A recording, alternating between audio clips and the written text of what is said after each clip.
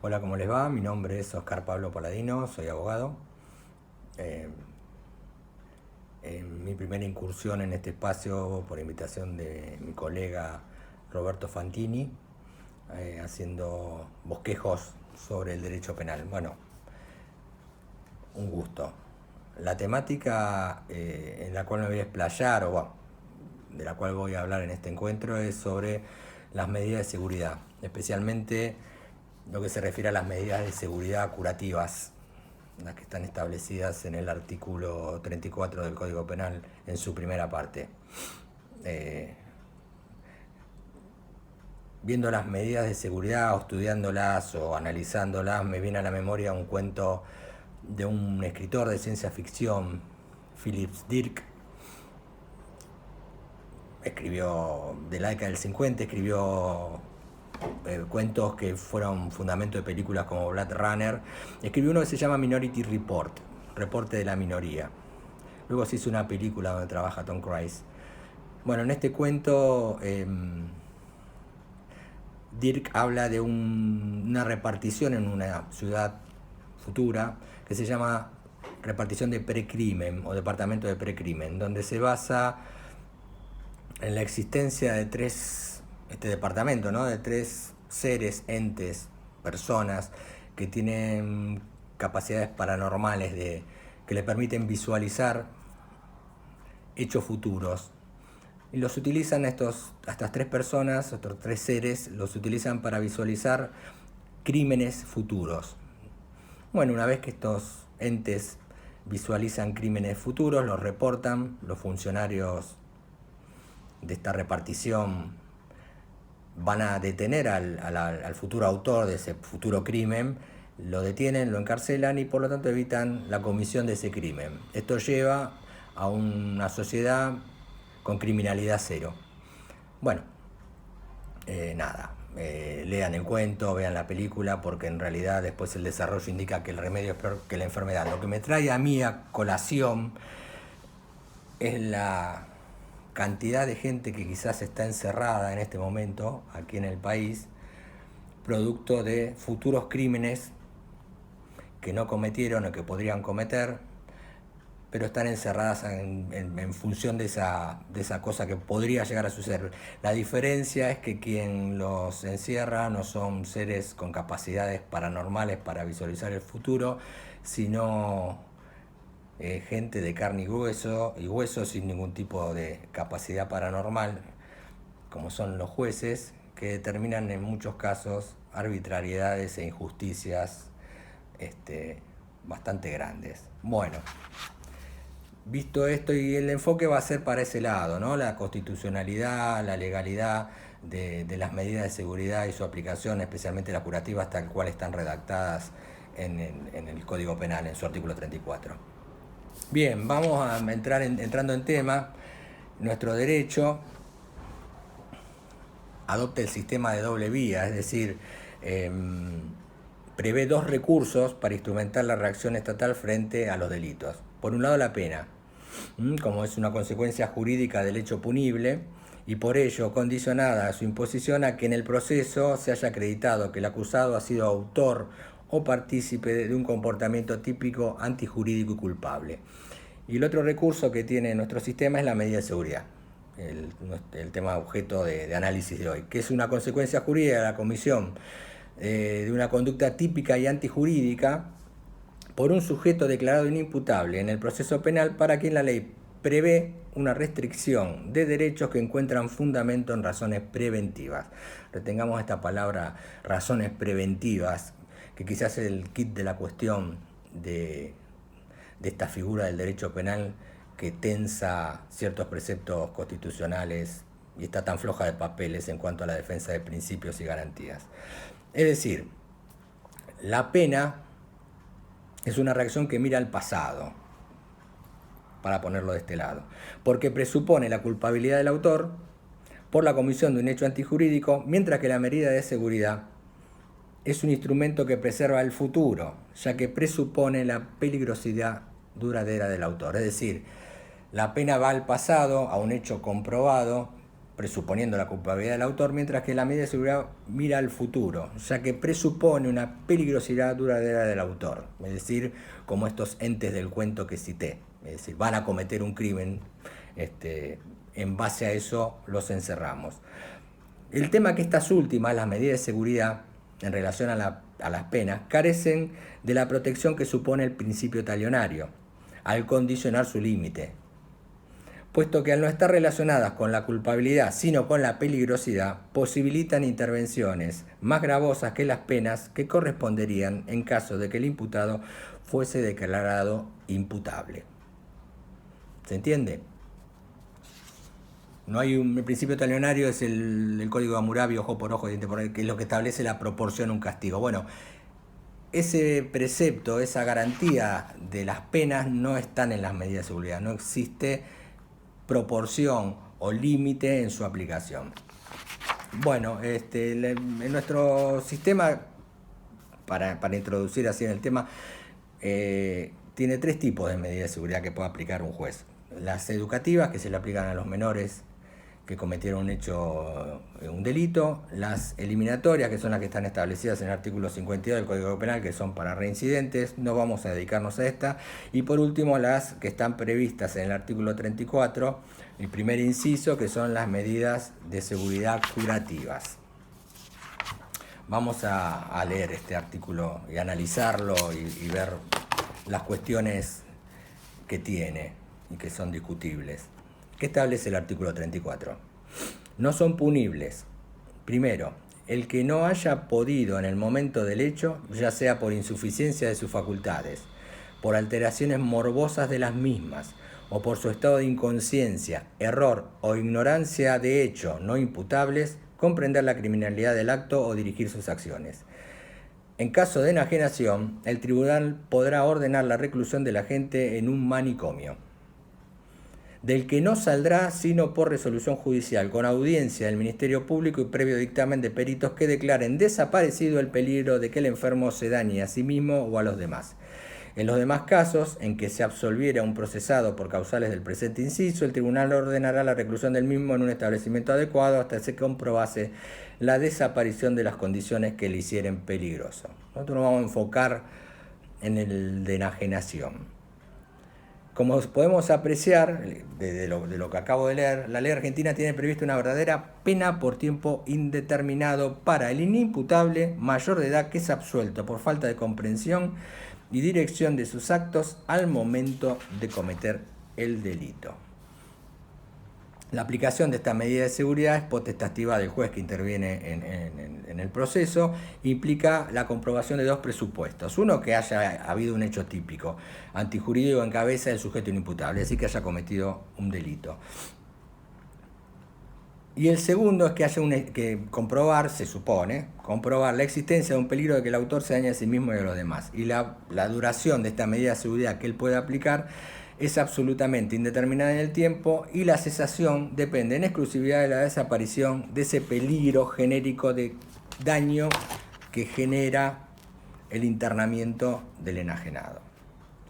Bien, vamos a ver un par de cuestiones que tiene esta norma, 3 o 4, que después las voy a desarrollar un poquito más. En principio, la norma habla de peligrosidad, no habla de peligrosidad criminal.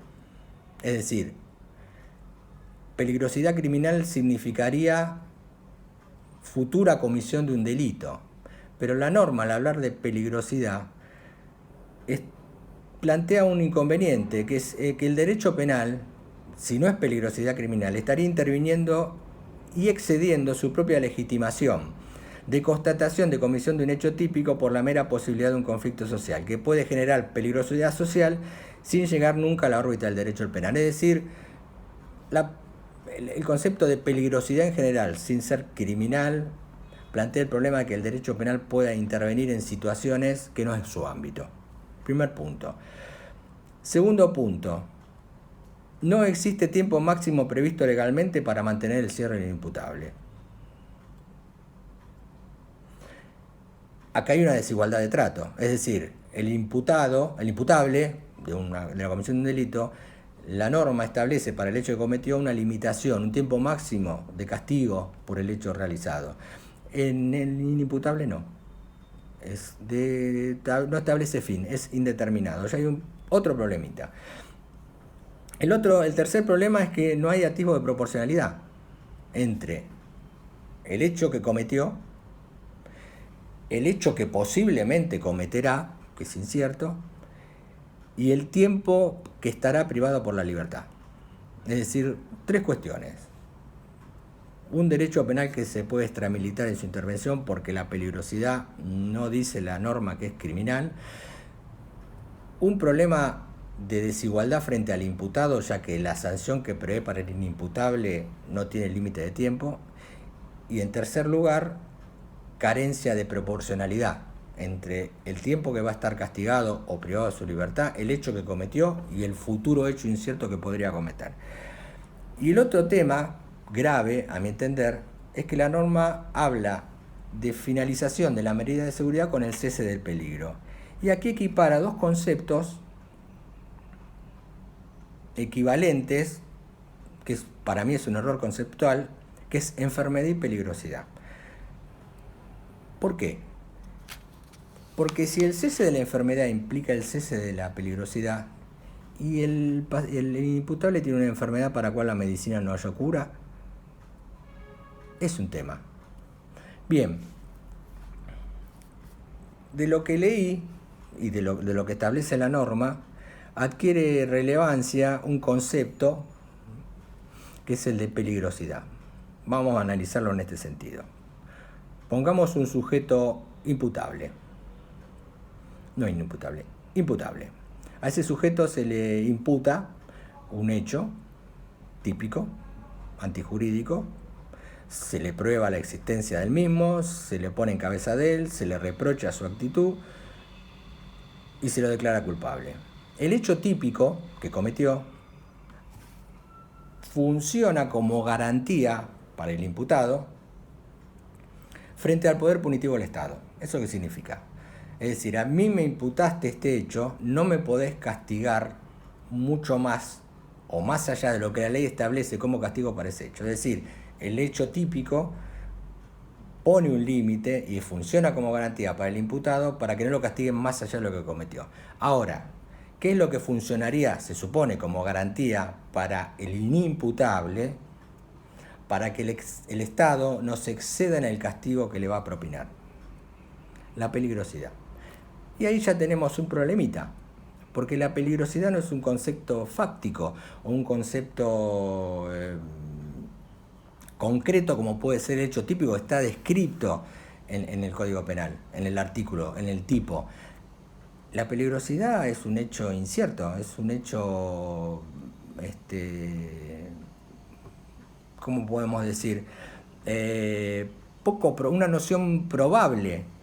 Por lo tanto, imponer o fundamentar la medida de seguridad, el tiempo que lo voy a tener a esa persona encerrada, en base a un hecho riesgoso, probable, incierto, ya pone en riesgo ciertas garantías constitucionales.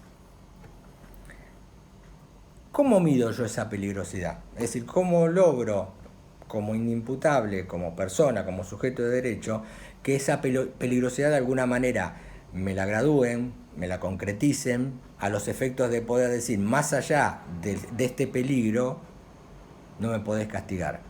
Bueno, es un problema, porque la norma, tal como está escrita en el artículo 34,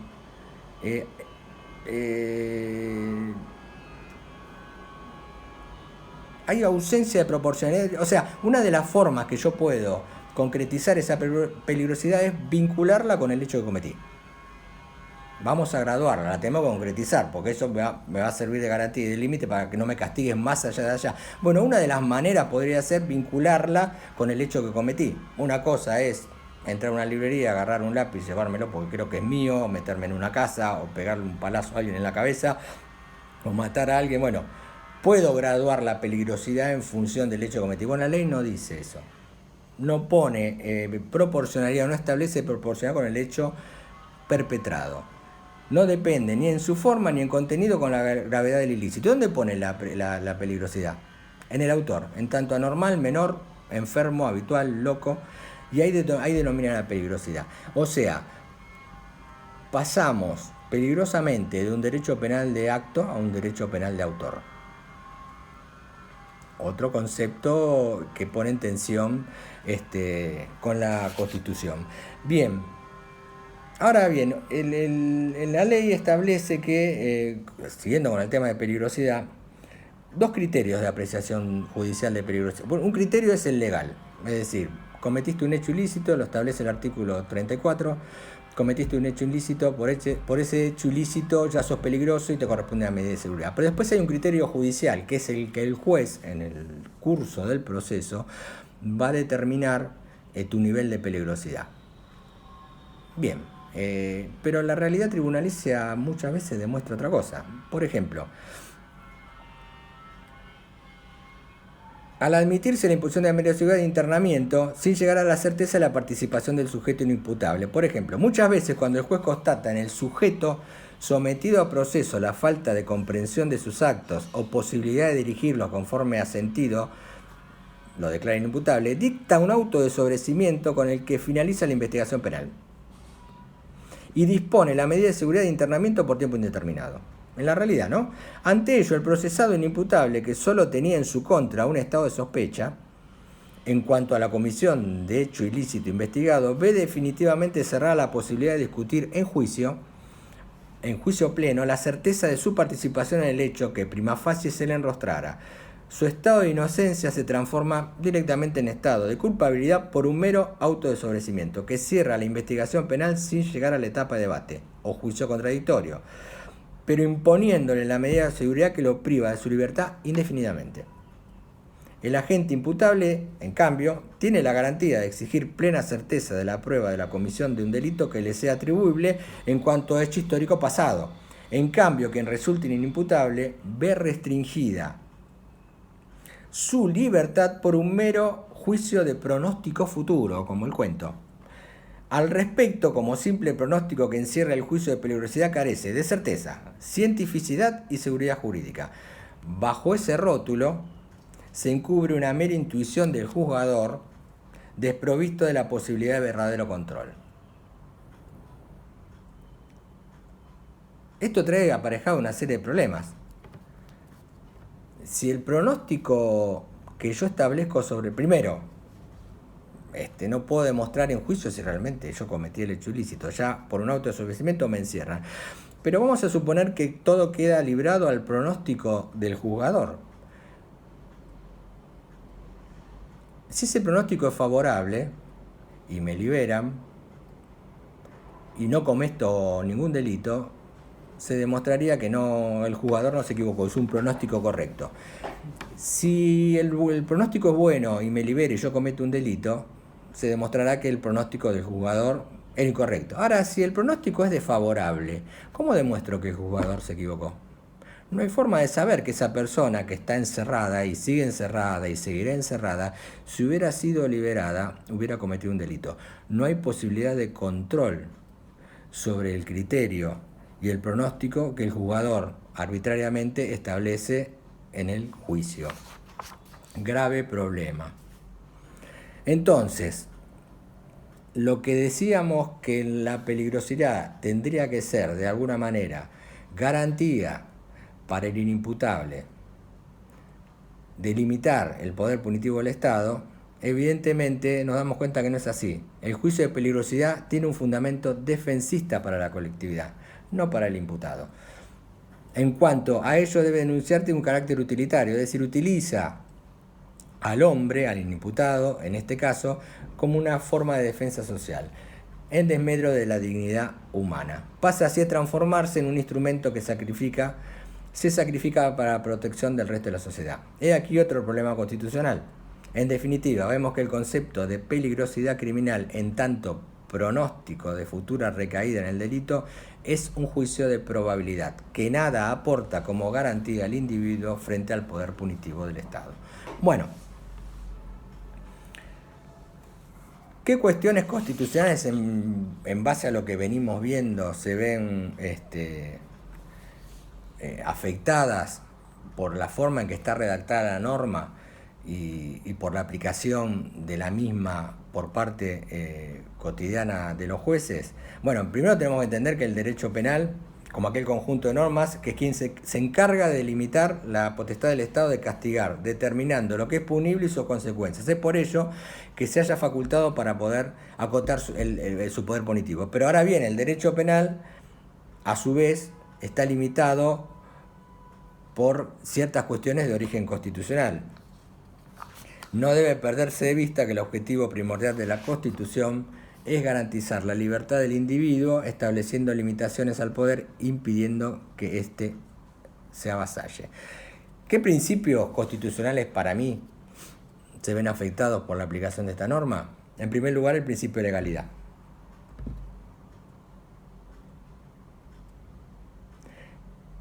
El principio de legalidad establece que solo la comisión de una conducta que estuviese definida por la ley penal como delito puede dar lugar a una reacción coactiva por parte del Estado, entendiéndose por ello que solo la acción descrita por la norma como delito será merecedora de castigo.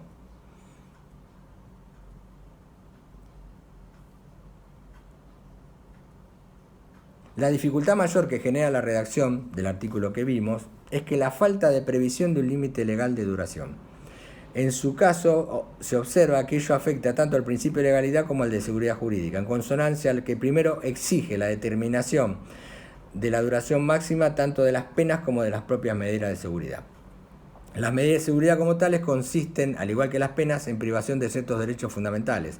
Por ello, resulta fundamental que las mismas respeten las garantías consagradas en la Constitución.